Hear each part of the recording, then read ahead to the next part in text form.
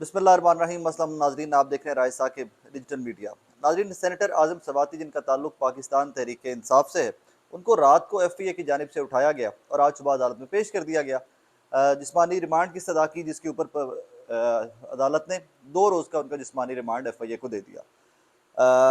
जब वो निकल रहे थे अदालत से तो कारकुनान पुलिस एहलकार उनके साथ थे, तो वहाँ पर उन्होंने कुछ सहाफ़ियों से बात करते हुए उन्होंने कहा कि मुझे FIA ने उठाया, मुझे अरेस्ट FIA ने किया, लेकिन मुझे तशद्दुद पाकिस्तान की एजेंसियों ने किया और मैं सेनेटर हूँ और मुझे बरहना करके या कपड़े उतारे गए, मेरे कपड़े खींचे गए। अब इसका बैकग्राउंड दे दूं आपको कि आजम सवाती साहब को क्यों अरेस्ट किया गया। आजम सवाती साहब ने कल जब वो शहबाज शरीफ साहब और हमजा शहबाज साहब बरी हुए तो उसके बाद एक ट्वीट किया था। उसमें ट्वीट जो था उसमें बहुत बोल्ड था, बहुत कह लीजिए कि बड़े सख्त अल्फाज उस ट्वीट में इस्तेमाल किए गए थे और एग्जैक्ट वही ट्वीट था, उसी किस्म का ट्वीट था जिस तरह की गुफ्तगू अब से चंद दिन पहले एतजाज अहसन साहब ने टेलीविजन पे प्रेस कॉन्फ्रेंस था कि सामने काफ़ी सारे माइक होते हुए उन्होंने की थी कि ये जो तमाम मामलात है मुल्की, इनका जो शरीफ फैमिली की सेटलमेंट है सारी होती हुई, कि ये जिस तरह सियासत में इन हो रहे हैं, उनके केसेस ख़त्म हो रहे हैं, इसमें आर्मी चीफ जनरल बाजवा का हाथ है। एतजाज अहसन ने भी यही बात की थी और आजम सवाती साहब ने भी कल यही बात की। अब यहाँ पर सवाल एक जहन में आता है सबसे पहले कि एतजाज अहसन साहब ने जब ये सारी गुफ्तगू टेलीविजन पे आके की, जब पूरा मुल्क देख रहा था उनको, तो उनको अभी तक अरेस्ट क्यों नहीं किया गया? और आजम सवाती साहब ने ट्वीट किया और ट्विटर के ऊपर पूरा पाकिस्तान नहीं है, शायद बहुत कम लोग हैं पाकिस्तान की पॉपुलेशन के जो ट्विटर इस्तेमाल करते हैं, पाकिस्तान से बाहर बैठे हुए पाकिस्तानी ज़्यादा इस्तेमाल करते हैं। तो आजम सवाती साहब को क्यों अरेस्ट कर दिया गया? दो इसमें रास्ते निकलते हैं। एक तो ये निकलता है कि अरेस्ट करना पर्पस पाकिस्तान तहरीक इंसाफ के लीडरान को था, क्योंकि एतजाज अहसन साहब तो पाकिस्तान के तहरीक इंसाफ के लीडर नहीं है, आजम सवाती साहब तो पाकिस्तान तहरीक इंसाफ के लीडर है। और आजम सवाती साहब को शहबाज गिल साहब की तरह अरेस्ट करके, वो कहते हैं ना मिसाल बनाना, कि बाकी लोगों के लिए एक मिसाल बना दी जाए कि इसके ऊपर अब अपने इससे आगे, that is the red line, तुम ये रेड लाइन क्रॉस नहीं कर सकते हो। शहबाज गिल की दफ़ा भी मैंने यही कहा था कि मिसाल बनाना मकसूद था, उनको एक एग्जाम्पल सेट करना पर्पस था कि भाई this is your red line, इसको तुम आगे क्रॉस नहीं करोगे। और शहबाज गिल के बाद शायद कुछ लोगों ने वो लाइन जो है उनको आइडेंटिफाई भी कर दी गई थी, बट सवाती साहब ने बड़ा खुल के, बड़ा कॉन्फिडेंटली सेड दैट कि जी मुझे अरेस्ट FIA की जानिब से किया गया था, लेकिन मुझे तशद्दुद का निशाना एजेंसियों की जानिब से बनाया गया। नाज़रीन, जो मौजूदा सियासी हालात जिस तरफ जा रहे हैं और जितना एग्रेशन पाकिस्तान की पॉलिटिक्स में आ गया हुआ है, इसमें हमारी फौज बार बार कह रही है कि हमें पोलिटिसाइज ना किया जाए, हमें पोलिटिसाइज ना किया जाए। लेकिन जब बड़े लीडरान किसी भी सियासी जमात के इस तरह की स्टेटमेंट्स देते हैं तो ऑब्वियसली उनका फॉलोअर फिर यही समझता है कि पाकिस्तानी अफवाज की इन्वॉल्वमेंट भी है, वो फैसला कुन भी है, वो फैसला साज भी हैं, वो फैसला कर भी सकते हैं और ताकत भी है। तो बार बार इस तरह का इंप्रेशन, क्योंकि कल से आप देखिए जब से वो शहबाज शरीफ और हमजा शहबाज साहब की बरीयत का फैसला आया है मनी लॉन्ड्रिंग केस के अंदर, उसके बाद आप डिजिटल मीडिया देखिए भरा पड़ा है इस तरह के मामलात से। उसमें आम जो पाकिस्तानी हैं, जो किसी सियासी जमात से नहीं है, आम पाकिस्तानी हैं, जो नौकरी पेशा लोग हैं, जो बिजनेस करते हैं छोटे मोटे, जो मेरी तरह की छोटी मोटी जॉब्स करते हैं, वो लोग भी इसके ऊपर सवाल उठा रहे हैं। चंद सवालात मेरे जहन में भी हैं पाकिस्तानी होते हुए।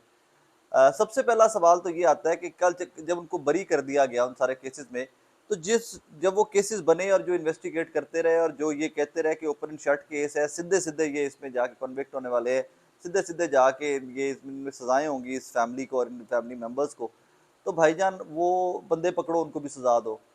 जो इस सारे केस को चलाने में लाखों करोड़ों अरबों रुपए पाकिस्तानी कौम के लगे हैं, वो सारे पैसे वापस लो उन सारे अफसरान से, उन सारे सरकारी अफसरान से वो पैसे वापस लेके सरकारी खजाने में जमा कराओ। मतलब यार क्या मजाक कर रहे हो आप लोग इस कौम के साथ? एक लंबा चौड़ा केस चलता है, ट्रायल करते हो आप, मीडिया ट्रायल होता है खानदान का, वजीर आजम पाकिस्तान है वो बंदा, आज उसका बेटा सबका वजीर आला पंजाब है, और आप उस खानदान का लंबा चौड़ा ट्रायल करते रहो। या तो कह दो कि तुम 22 करोड़ गधे हो, तुम 22 करोड़ बेवकूफ हो, कि हमें रोज टेलीविजन पे आके बड़े बड़े वकील बताते होते थे कि जी ओपन एंड शट केस है, ये इसमें जाके फंस गए, शरीफ फैमिली से फंस गई है। एट वंस आपने कह दिया है कि भाई उनके अकाउंट में पैसे आए हैं, तो इससे कैसे साबित कर सकते हैं कि उनके कहने के ऊपर उनके अकाउंट में पैसे आए? अल्लाह के बंदो, हम वाकई 22 करोड़ गधे हैं क्या इस मुल्क में रह रहे हैं? क्या कर रहे हो इस मुल्क के साथ? और जब कोई बंदा सवाल उठाता है उसके ऊपर आके, तो उसके बाद जो है वो वहां पे वकील कानून जाग जाता है। वहां पर कहते हैं कि तुम पाकिस्तानी होने के नाते तुम सवाल भी कैसे पूछ रहे हो, तुम सवाल नहीं पूछ सकते इसके ऊपर आके। भाई प्रॉब्लम क्या है, हमें प्रॉब्लम समझाइए। मैं honestly I am not law student, मैं कानून को बहुत अच्छे से नहीं जानता, लेकिन जो दो चार दोस्त वकला है उनसे बात की मैंने कल भी कि यार what happened in this case, and they were all blank कि क्यों है। मतलब ऑब्वियसली वजीर आजम पाकिस्तान है, वजीर आजम पाकिस्तान को आप किस तरह कॉन्विक्ट करते हैं। दो के बाजी में मिसालें मिलती हैं, नवाज शरीफ साहब आउस्ट हुए, गिलानी साहब आउस्ट हुए, लेकिन and open and shut case जो वकला कहते हैं या जो लोग कहते हैं, कल इमरान खान साहब ने भी इस केस की मिसाल दी अपने लंच में लाहौर में कि ये हाथ की हथेली के ऊपर छाले की तरह केस था। तो ये बड़ा क्लियर केस था, इसमें बच ही नहीं सकते थे। कहते मेरी लीगल टीम, इमरान खान साहब कल कह रहे थे कि लोग वो जो लीगल टीम्स थी एट दैट टाइम वो सबकी सब कहती थी कि इसमें हमजा शहबाज साहब और शहबाज शरीफ साहब किसी सूरत नहीं बच सकते, और एट वंस वो बरी होके साइड पे चले गए हैं। मरीम नवाज साहिबा भी इससे पहले बरी हो गई हुई हैं, वो भी अपना पासपोर्ट लेके लंदन चली गई हैं। वहाँ पे अब सुना है कि कोई वजारत आला पंजाब की जो है अगले सेटअप के अंदर उनकी कोई गर्दिश में है, वो इस तरह की अफवाह। और नवाज शरीफ जो है वो शायद वज़ीर आज़म पाकिस्तान की बनने की हैसियत से या वज़ीर आज़म पाकिस्तान के कैंडिडेट बनने के चक्कर में वो लीड करेंगे मुस्लिम लीग नून को, और मरीम नवाज साहिबा जो है उनको पंजाब की वजारत आला का क्यों कहानी है। इस तरह के कुछ अनीक नाजी साहब ने एक व्लॉग में कुछ इस किस्म का इंप्रेशन दिया है। लेकिन सवाल ये है कि अनरेस्ट पाकिस्तान में बढ़ता जा रहा है। आप पकड़ लीजिए सवाती साहब को मिसाल बना दीजिए शहबाज गिल की तरह। इस्लामाबाद पुलिस ने पकड़ लिया, इस्लामाबाद पुलिस भी बेचारी अच्छी खासी डिपार्टमेंटल पुलिस होती थी, पता नहीं हो ही गया उन्होंने केड़े चक्कर पै गए ने, क्यों वो इतना खुद को पोलिटिसाइज और इस तरह की मिसालें बताते जा रहे हैं कि आए दिन कोई ना कोई पंगा ले लेंगे और उसके बाद फिर जलीलो ख्वार हो रहे हैं। बहरहाल मेरी गुजारिश यही तमाम पाकिस्तानियों से, तमाम इदारों से, तमाम सिक्योरिटी इदारों से कि this is Pakistan, this is our country. सवाल पूछना लोगों का हक है, सवाल की इजाज़त दीजिए लोगों को। और अल्लाह करे कि वो सिचुएशन ना आए कि इस तरह का सवाल पूछा जाए जिसका जवाब ना हो किसी के पास, और अगर जवाब नहीं है तो कुछ हौसले से लोगों को कूल डाउन होने दिया करें। आप एट वंस जिस तरह इस्लामाबाद पुलिस ने FIR रशन कर दिया आजम सबाती के ऊपर, एक वो हबड़ दबड़ की सिचुएशन बना दी, फाड़ लो की सिचुएशन बना दी, उससे मामलात कभी भी ठीक नहीं होते, उससे मामलात हमेशा ख़राब होते हैं। अब देखिए सवाल तो आजम सबाती ने पूछा, सवाल तो बाहर यही वाला सवाल जो मरियम नवाज की जो है बरियत, उसके बाद हमदा शहबाज साहब की बरियत, शहबाज शरीफ साहब की बरियत, यही सवाल भाई जो केला बेच रहा है, कोई रेडी पे फल बेच रहा है वही पूछ रहा है, कोई नान चने लगाता है जो वो भी पूछ रहा है, कोई जो मुर्गी बेच रहा है, चिकन बेच रहा है वो भी पूछ रहा है, सहाफ़ी भी यही सवाल पूछ रहे हैं, सियासतदान भी यही सवाल पूछ रहे हैं।